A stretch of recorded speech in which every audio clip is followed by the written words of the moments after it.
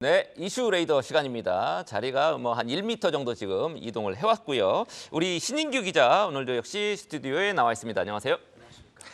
방금 전에 굉장히 재미있는 그 해프닝이 암호화폐 시장에 있었습니다. 예. 비트코인 어떤 해프닝이 있었습니까? 먼저 전해주시죠. 오늘 좀 바빴습니다. 저희가 우리나라 다른 곳은 물론이고 미국의 매체들보다도 좀 빨리 대응했다. 이거 좀 알아주셨으면 좋겠는데요.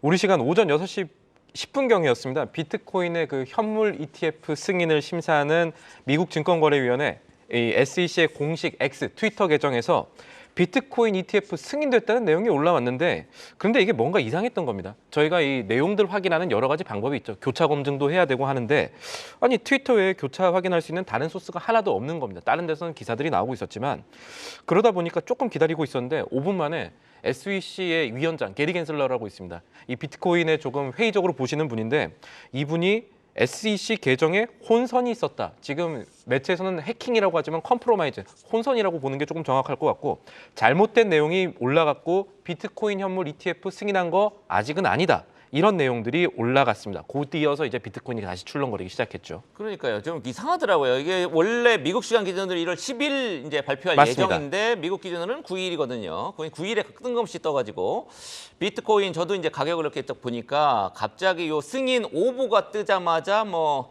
4만 뭐 거의 8천 달러 이렇게 급등했다가 뚝 떨어지는 떨어졌습니다. 그런 모습을 보였습니다. 누가 자기 거 팔라고 장난치지 않았나? 뭐 미국에서 이제 그 가능성도 봐야겠죠. 예. 네, 그런 의심이 들었습니다. 예. 비트코인 현물 ETF의 승인 여부가 왜 이렇게 중요합니까? 현재 비트코인 ETF 아예 없진 않습니다. 없진 않은데 이게 선물 ETF만 시장에 있는 겁니다. 그리고 현물 ETF는 아직까지 하나도 없습니다. 현물 ETF 왜 이렇게 관심이 많고 오보 나오고 중요하냐? 이게 굉장히 큰 파급력을 가질 수가 있습니다. 비트코인 시장 자체가 더 커지는 거예요. 아주 쉽게만 설명드리면 선물 ETF와 달리 현물 ETF는 이 ETF를 운용하는 운용사가 비트코인을 가지고 있어야 됩니다. 여러 가지 조작 가능성들을 좀 없애기 위해서 마치 금 ETF 처음 나왔을 때처럼 금을 좀 가지고 오고 그 이후에 금 시장 굉장히 늘어났던 이런 것들이 재현될까 기대를 하고 있는 건데, 기관들의 매수세가 본격화될 수 있다. 맞습니다. 예. 맞습니다. 그 말씀하신 대로 기관 투자가들의 자금도 대규모로 유입될 수 있고 비트코인이 점점 더 많은 규제를 또 받게 된다는 건 그만큼 이 정기 시장으로 편입이 될 수 있다라는 얘기가 되기 때문에 스탠다드 차타드 은행 같은 경우는 비트코인 20만 달러까지 갈 수 있다. 현물 ETF가 승인되면 이런 긍정적인 전망을 내놓기도 했습니다. 4배 이상 뛸 수 있다 얘기네요. 그런 얘기였습니다. 네, 지금 이제 핵심은 우리 물론 이제 비트코인에 물린 분들도 굉장히 많긴 합니다만, 요 비트코인 또 비트코인 관련 종목들의 전망 지금 업계에서 어떻게 보고 있습니까? 하나는 오늘 나온 게 해킹이냐 아니냐, 요거 조금 살펴봐야 될 것 같습니다. 아까도 말씀드렸지만 해킹이다라고 쉽게 볼 수가 있는데, 다른 내용들을 조금 더 살펴보면 해킹이라기보다는 나올 내용들이 조금 미리 나왔다, 담당자가 잘못 올린 패핑 걸 수도 있다라고 봐야 될 것 같아요. 왜냐하면 올라간 그 트위터의 내용들이 상당히 정교하긴 했었거든요. 그리고 이 해명하는 과정에서도 컴프로마이즈라고 했습니다. 해크드라고 하지 않았었어요. 그러니까 이게 혼선, 왜곡이 있었던 거지, 아마 비트코인 선물 말고 현물 ETF 10일로 예정되어 있는데 하루 뒤겠죠. 우리나라 시간으로는 하루 뒤에 아마 하나 정도는 승인될 가능성이 높다라는 게 아직까지도 시장의 중론일 겁니다. 이거는 바뀌지 않을 거고, 비트코인 오늘 ETF 오보 사태에 단기적으로 하락하는 모습 보였지만 추세 자체는 계속 상승하는 모습 보였죠. 그래서 이 우리나라 관련주들도 같은 흐름 보일 수 있을지 주목됩니다. 어제 같은 경우에는 위지트라든가 그리고 우리기술투자, 또 두나무에 지분 갖고 있는 카카오라든가 하나투자증권 다 조금씩 오르는 모습들 계속해서 관측되고 있습니다. 네, 계속 지켜보겠습니다. 자, 국내 증시 이제 얘기로 넘어가겠습니다. 코스피가 올 들어서 계속 약세를 보이고 있죠. 원인이 어떤 겁니까? 3일부터 9일까지 코스피 5거래일 연속 하락했습니다. 왜 하락했냐 이런 거 찾아봤더니 역시 기관이 많이 팔았죠. 그리고 금융투자라고 해서 증권사들도 많이 팔았습니다. 이것은 증권사들, 그러니까 그동안에 이 증권 선물 시장에서, 이 주식 시장에서 배당 노리고 있던 기관 매물들이 지금 철회가 되고 있다. 어느 정도 청산이 되고 있고 포지션이, 그러다 보니까 전반적인 이 증시 하락으로 이어진 것이다. 이렇게 볼 수가 있는데, 재미난 것은 개인들은 많이 사고 있습니다. 이 코스피가 3.54% 올해 들어서 3.5% 정도 내려가는 사이에 개인은 2조 4,826억 원치 순매수했거든요. 기관 투자가들이 3조 가까이 팔아치운 것과 비교하면 정반대 흐름 보이고 있는 거죠. 네, 개인만 사고 있어서 더 불안한 것 같습니다. 우리 같이 사야 되는데. 같이 사야 되는데. 기관은 팔고 개인은 산다. 왜 그렇죠? 기관이 넘긴 매물을 개인이 왜 받았냐 이거를 봐야 될 것 같은데 지금 개인들은 이 저가 매수에 베팅을 하고 있다라고 볼 수가 있을 것 같아요. 그럼 왜 그러냐?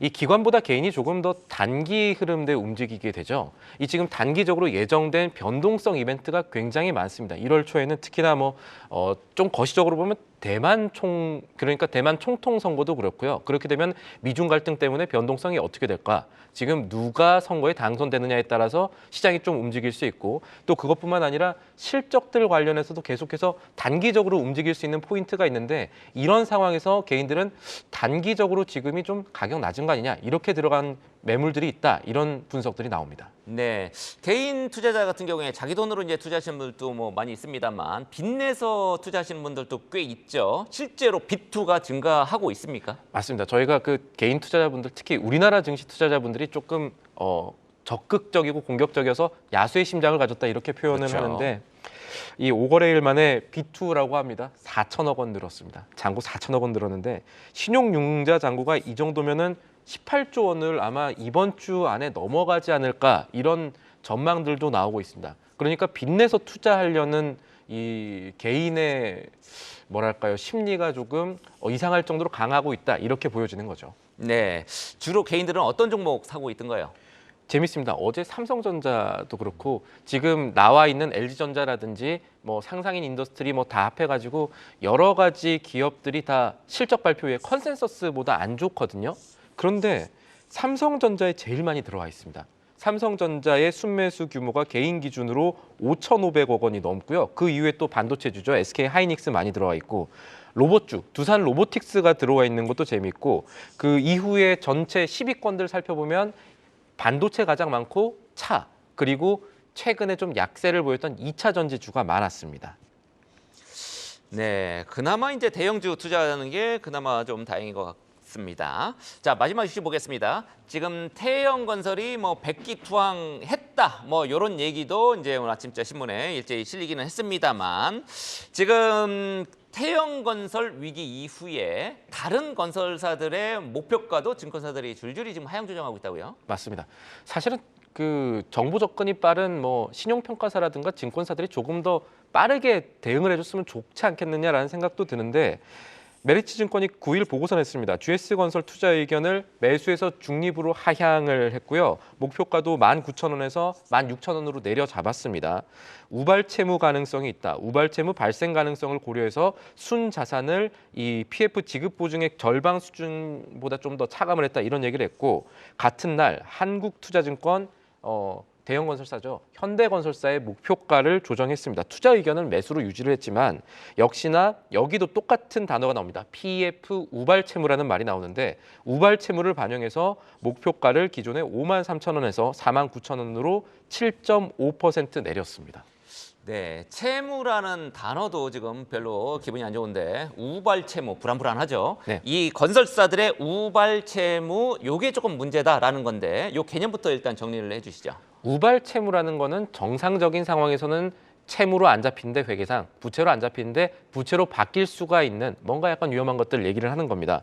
건설사 같은 경우는 시행사 부도가 나면은 이 건설사가 떠안을 수 있는 채무 그러니까 지금 분양 잘 안 되고 이러면서 시행사가 속된 말로 만세를 불렀을 경우에 이 건설사가 그 돈을 연대 보증을 선다든가 이런 식으로 하는데 보통은 방금 말씀드린 연대 보증 정도가 우발 채무로 잡힙니다. 이 신용 강화 이 측면에서 봤을 때 그런데 이 태영건설 사태를 보니까 우발 채무가 생각보다 크다는 거예요. 왜 그러냐 보니까 우발 채무로 볼 만한 게 한 개 더 있습니다. 뭐냐면은 책임 준공 미이행 시 시행사 채무를 떠안겠다라는 내용들이 이 채권자와 이 약정에서 지금 나오는 거예요. 무슨 말이냐면 태영건설 같은 경우 워크아웃을 들어가게 되면은 기존 일정보다 공사 일정 미뤄질 가능성이 늘어납니다. 이건 다른 곳들도 분양 잘 안 되는 곳들은 마찬가지인데 그렇잖아도 지금 계속 늦어지고 있죠. 준공 승인도 건설 시공 기간도 계속 맞습니다. 지연되고 있고요. 그러다 보니까 월급도 못 줘서 우리 더 이상 일 안 하겠다라는 도급 업체들 지금 나오고 있습니다. 각 사업장마다 나오고 있는데 이럴 경우에 건에서 있는 사업장에 몰려 있는 돈들이 건설사가 떠안아야 되는 채무가 될 가능성이 있다. 이렇게 보시면 되겠습니다. 네, 일단 증권업계에서는 건설사의 우발 채무가 지속적으로 늘어날 가능성, 지금 부동산 시장도 안 좋고 이렇게 지금 언급을 했다라는 거고요. 그러면 우리 경제에 굉장히 부정적인 영향을 줄 수가 있겠죠. 건설사 주가도 악영향을 끼칠 가능성이 있고요. 정부는 어떻게 지금 대응하고 있습니까? 현재 이 부동산 PF 안정시키기 위해서 원래 85조 원 얘기 나왔다가 이 정부가 투입할 수 있는 공적 자금이라는 것은 아니고 뭐 펀드 조성이라든지 전체 유동성을 100조 원까지로 좀 늘리겠다 이런 입장들을 계속해서 보이고 있습니다. 그러니까 조기에 이 시장의 불안감을 빨리 잠재우기 위해 돈의 액수를 좀 많이 불렀다라는 정도로 이해를 하시면 될 거고 또 하나 살펴봐야 될 건 아무래도 부실 사업장이라고 분류될 수 있는 곳들은 조기에 정리가 될 것 같습니다. 그래서 이때부터는 공기업의 역할이 조금 생길 겁니다. LH의 역할들이 조금 나오게 되면 그때부터 그런 뉴스들이 나오게 되면 우리 투자자분들께서는 아 이제 슬슬 시작이 되고 있구나 이렇게 보셔야 될 것 같습니다. 네, 위기 때는 이제 공기업들 역할이 조금 커지게 되겠죠. 지금까지 신인규 기자였습니다.